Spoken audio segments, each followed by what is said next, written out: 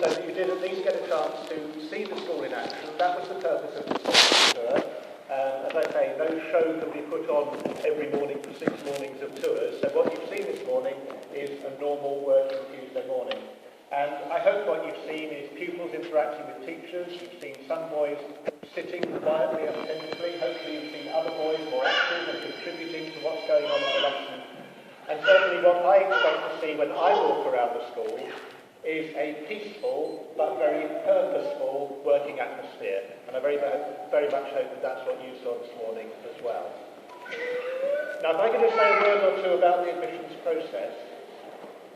First of all, as I'm sure you're aware, if you wish to make an application to the school, then the next stage is to name this school on the common application form that you return to the local authority.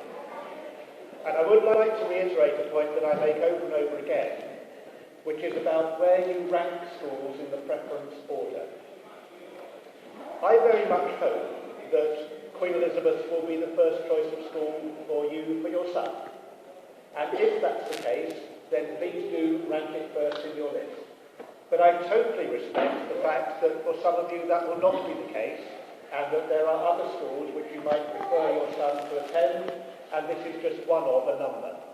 And if that's the case, if there are other schools that you would prefer your son to attend, please put those higher in your list of preferences. No school knows at any stage whereabouts you have ranked in the list of preferences. It makes no difference to us whatsoever as regards your chances of getting into this school. And if I can give you a couple of examples. Suppose you rank this school third and you have 2 schools that you've ranked higher. If you are in the top 180 in our entrance test, we will write back to the local authority and say we are able to offer you a place. If neither of the schools that you ranked higher is able to offer you a place, you will then definitely get the place here. The fact that you put it third has made no difference whatsoever. However, if one of the 2 schools that you ranked higher is also able to offer you a place, you will get the place there instead, because you have said that you want that place. The system is designed to give parents and children the highest possible preference that we can. Okay? So please rank things in your genuine order of preference. Now about admissions, if I could just answer a question before I'm asked it, because I'm asked it so frequently, and that is why it is that we don't give out ranked positions alongside entrance test scores. And predominantly there are 3 reasons for that. Firstly, the admissions code says that I may not guarantee anybody a place at the school. Now we only have one criterion for getting into the school, and that is scoring the entrance test.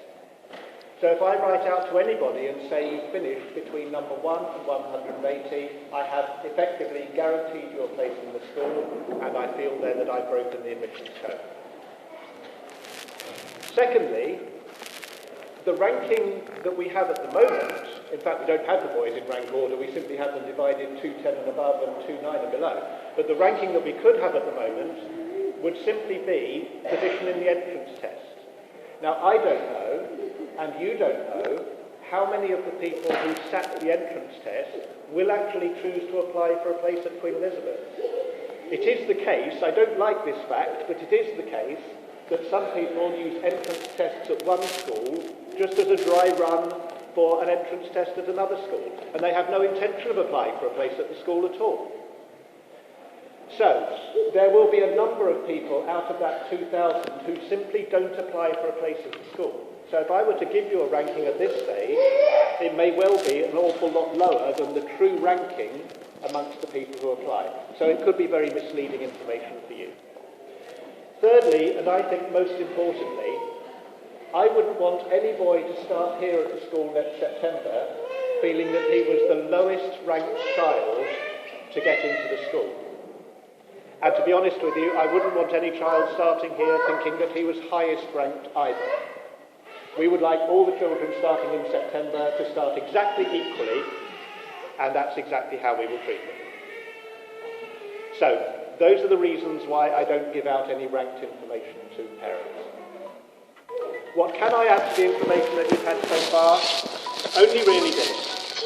Of the 2,000 boys who sat the entrance test, approximately 700 met the standard of 210 marks or higher. So, your son, having met that standard, is now in a group of 700 rather than the original starting 2,000 people. And if I can just make this comparison, some schools work on a catchment area, a geographical ring around the school.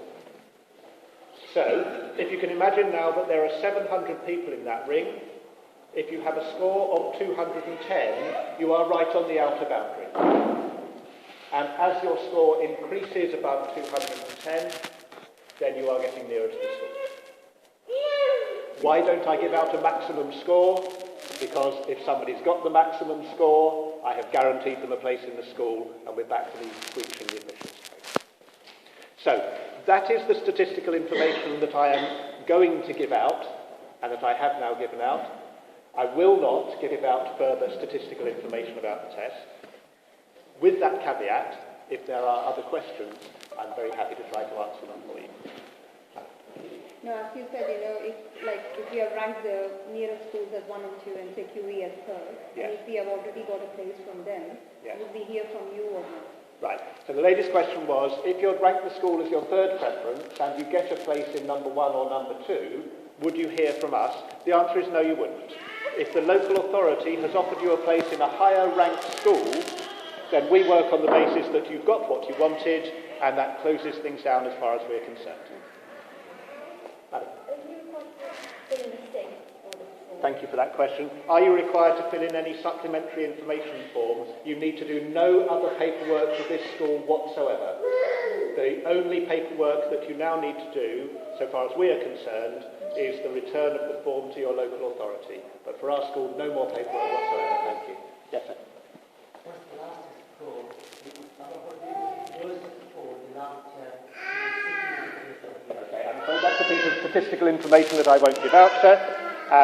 So the gentleman's question was the lowest score to get in last year. We've only been operating this particular system for 2 years. It is quite variable at the moment, and I'm not prepared to give that out at this stage in case it's a misleading score. How does your common application form, how does that, for example, work with the school going to a continued interest list? Right. So if, for example, first, second, we've got third, we're in the continued interest list for 1s and 2s. Yes. Okay. So the gentleman's question is about continuing interest lists or waiting lists. So let's suppose that you did rank Queen Elizabeth's first. We are unable to offer you a place in the first 180, and the local authority will then hopefully offer you one of your other preferences that's below this school. My advice to you as a parent is accept that place, because you must be sure, in my view, that you have a school for your son in September. It is then entirely expected and entirely proper that, having stayed on our waiting list, if we reach a position where we're able to offer you a place, you then turn down the place at the school that you originally accepted and accept the place here instead. And everybody expects that to happen, and it's the right thing to do. And people do that for our school as well. If we weren't their first preference, that's how places become available here that we then fill from the waiting list. The waiting list process often carries on right into June and July. So it is quite a big system of places becoming available in one school, somebody moves to take that place and frees up a place in another school. That goes on for 2 or 3 months after March. So if you are reasonably well up the waiting list and we haven't reached you by the end of March, please don't give up hope at that stage. We will write to you on the 1st of March and tell you your position on the waiting list at that stage. On the school website, we will keep a running waiting list position so that you can see where you stand in relation to the last place that we've offered. And if and when we reach your position on the waiting list and there's a vacancy, you'll be offered a place at that stage. Okay? Yes, madam.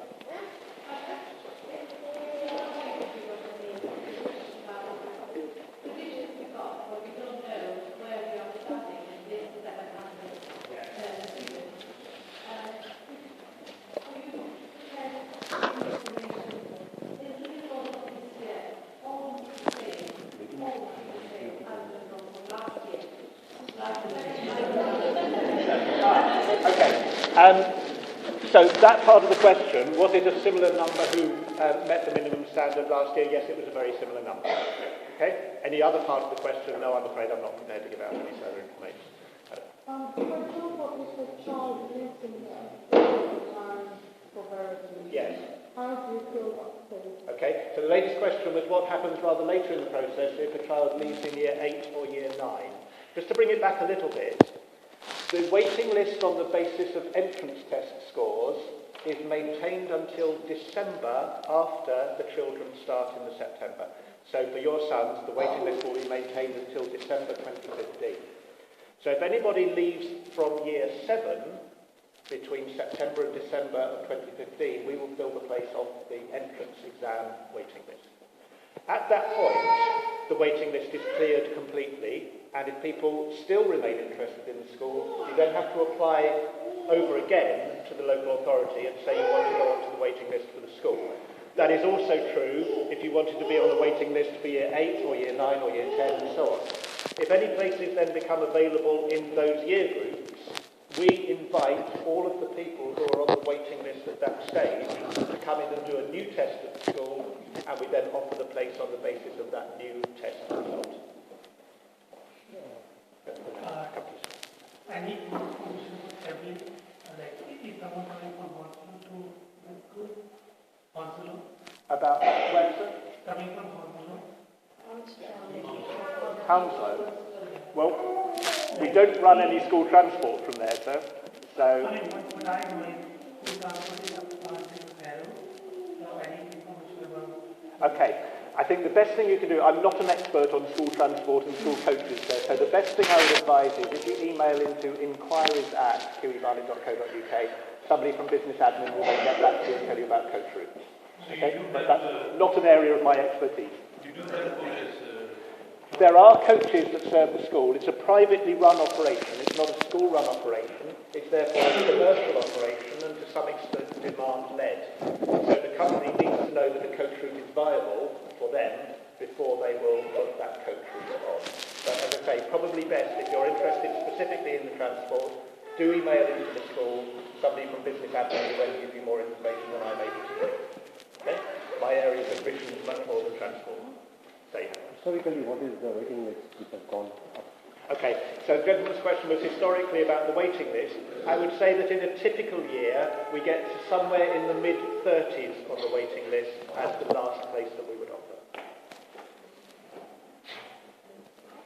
Okay, I see no further hands up. I do, so I'll take that lady, and I'll stop at that point.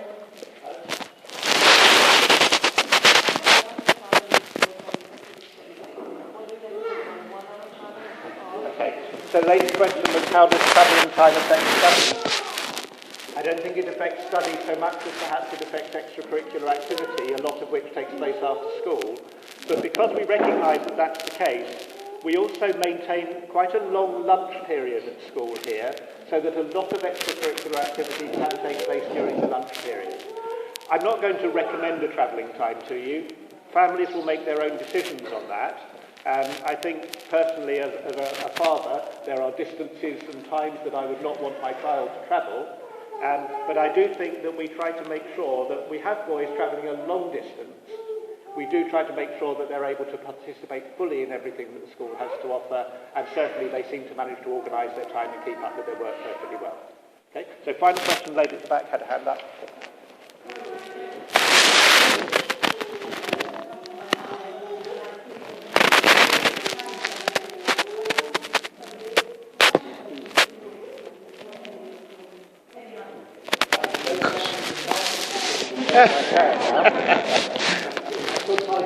That's not an admissions question.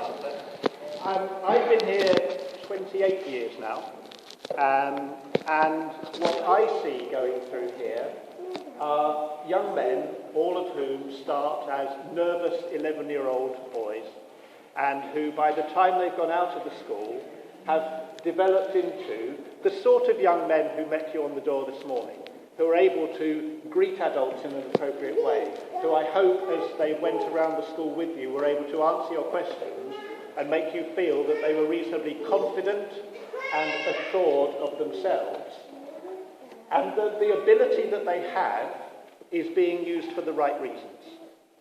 In other words, it's not purely selfish. They are willing to use their ability not only for their own ends, but to help other people and to help the local community and to interact properly with adults and with younger boys alike. And what we aim to do at the school is to create what we call boys who are able and confident and responsible. Those are the three things that we aim for. We push their ability as far as we possibly can. We want them to be confident enough to use that ability, but we want them to exercise responsibility in the use of that ability to do as much good with it for others as they do for themselves.